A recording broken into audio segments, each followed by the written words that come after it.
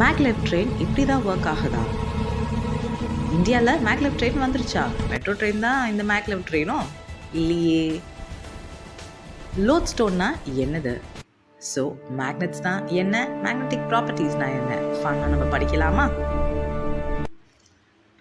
So let's make learning a fun. So இந்த வீடியோவில் நம்ம பார்த்துட்டு இருக்கிறது ஸ்டாண்டர்ட் 6 டேர்ம் 3 யூனிட் 1 சயின்ஸில் மேக்னட்டிசம். ஸோ இதில் என்னென்ன பார்க்க போகிறோம் அப்படின்னா, மேக்னெட்ஸோட டிஸ்கவரி, மேக்னெட்டிக் நான் மேக்னெட்டிக் மெட்டீரியல்ஸோட distinction, south and north poles எப்படி டிஸ்டிங்விஷ் பண்ணுறது, மேக்னெட்டிக்ஸோட properties, and then maglev train எப்படி வந்து ஒர்க் ஆகுதுன்ட்டு. ஸோ நம்ம வந்து ஒரு கையில் வந்து ஒரு கிளாஸ் டம்ளர் வச்சுருக்காங்க, உள்ளே வந்து ஒரு மேக்னெட் போட்டுட்டாங்க, கீழே வந்து ஒரு நீடில் எடுத்துகிட்டு வந்தோன்னு வச்சுக்கோங்க. ஆப்வியஸ்லி அந்த மேக்னெட்டை வந்து கிட்ட அட்ராக்ட் ஆகி இந்த நீடில் மேலே வந்து அப்ரைட்டாக நிற்கும். அதுதான் இந்த எக்ஸ்பெரிமெண்ட்டில் சொல்ல வராங்க. ஸோ மேக்னெட்ஸ் எப்படி கண்டுபிடிச்சாங்க அப்படின்னு பார்த்தீங்கன்னா, ஒரு 2500 இயர்ஸ் பேக்கு மெக்னீஷியா, அதாவது மெக்னீஷியா க்ரீக்கில் வந்து மெக்னீஷியன்ற இடத்துல வந்து பார்த்திங்கன்னா ஒரு பையன், அவன் பேர் வந்து மேக்னஸ்ன்ற பையன். ஓகேயா, அவர் என்ன பண்ணுறாரு அப்படின்னு பார்த்தீங்கன்னா, நிறைய ஷீப்ஸ் என்ன பண்ணுறாரு, ஹர்ட் பண்ணிக்கிட்டே போகிறாரு. ஸோ ஒரு பாயிண்ட்டில் அவருக்கு தூக்கம் வந்துடுது, அங்கே தூங்கிடுறாரு. அவர் கையில் இருந்த ஸ்டிக் வந்து பார்த்திங்கன்னா ஒரு iron rod.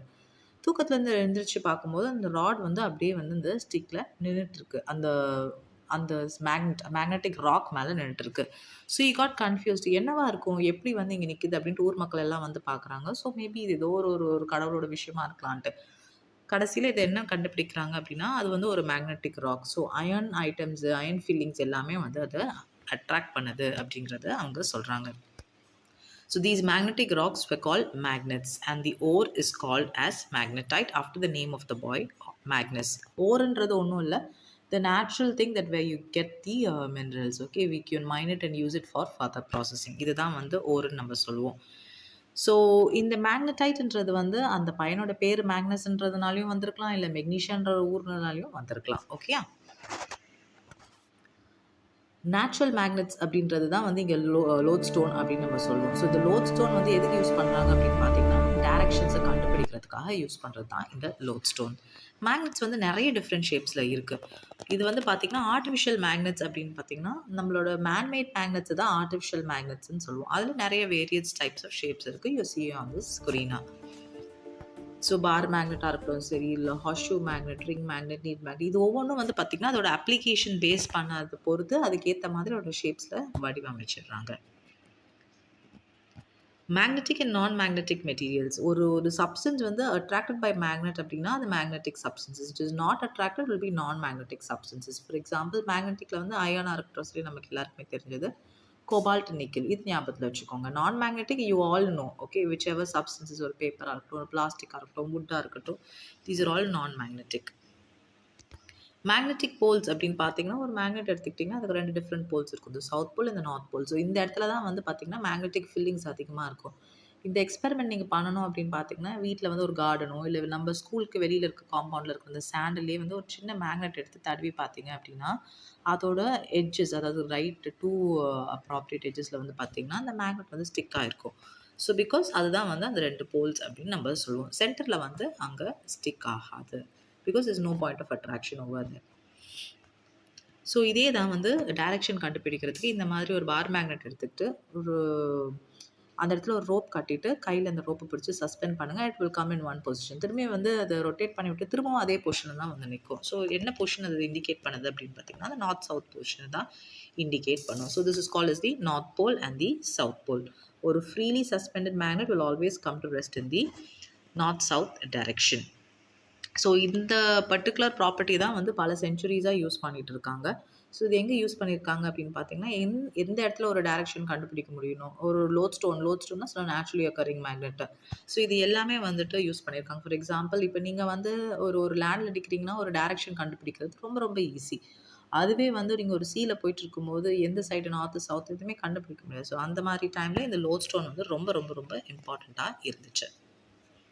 So magnetic compass. So this is a compass, that is instrument that use to find direction. இது எங்கே யூஸ் பண்ணுறாங்க அதிகமாக பார்த்தீங்கன்னா, ஷிப்ஸு, அதுக்கப்புறம் ஏர்பிளேன்ஸ், இதெல்லாம் வந்து நம்மளால் வந்து நார்மலான மேக்னெட்ஸை யூஸ் பண்ண முடியாது. ஸோ இந்த மாதிரி மேக்னெட்டிக் காம்பஸை யூஸ் பண்ணுவாங்க, so that they don't lose their path. So properties of magnet you all know attraction and repulsion. So attraction அப்படின்னா north and south pole. So ரெண்டு unlike poles south and north pole they will attract with each other. Like poles north and north, south and south they will repel with each other. அதுதான் இந்த டயக்ராமேட்டிக்காக கொடுத்துருக்காங்க.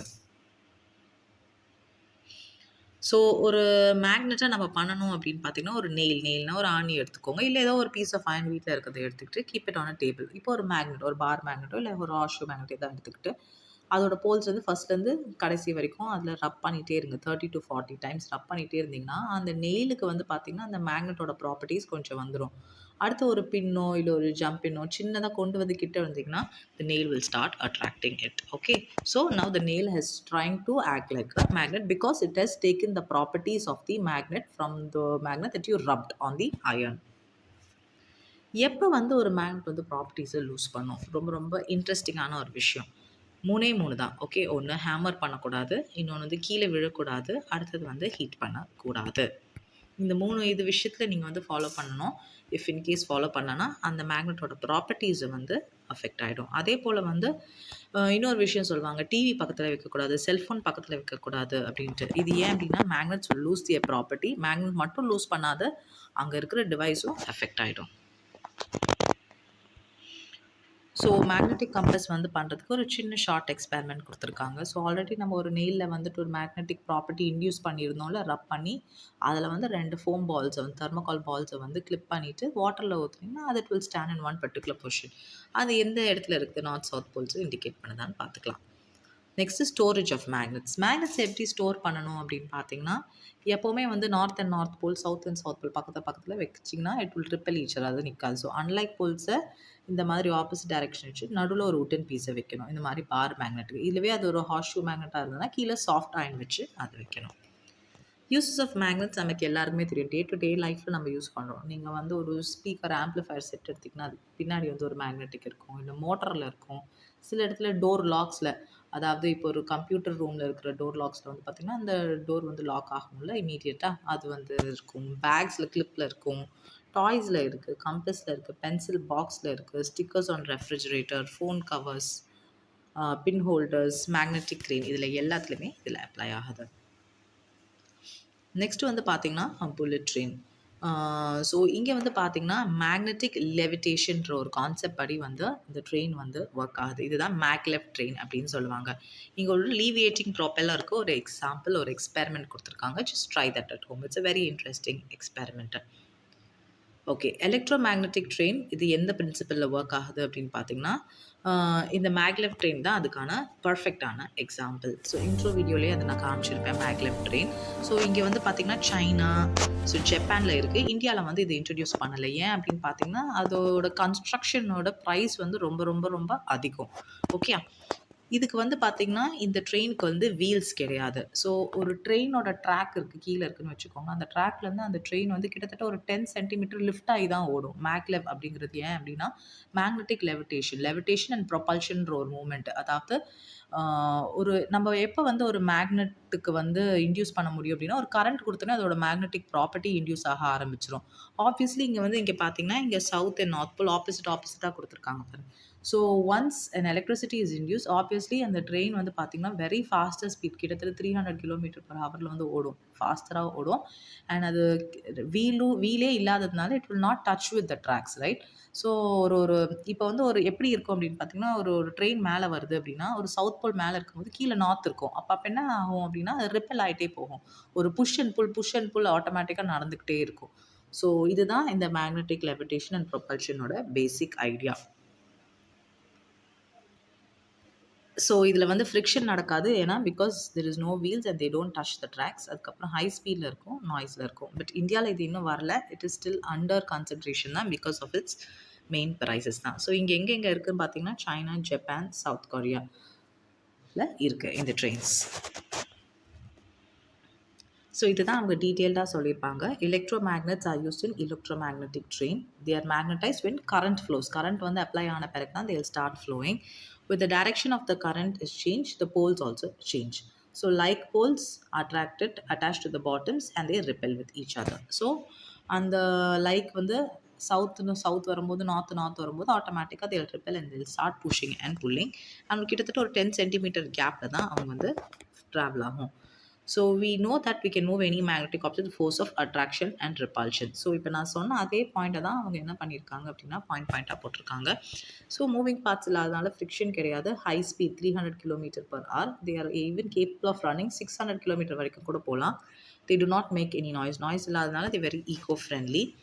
So China, Japan and South கொரியாவில் இது இப்போ ரன்னிங்கில் இருக்குது. Okay, so with this particular chapter is over. எந்த ஒரு லெசனையும் வந்து மகப் பண்ணாதீங்க. ரொம்ப ஈஸியாக பிக்சரைஸ் பண்ணி லேர்ன் பண்ணுங்கள். அது பி வெரி ஈஸி.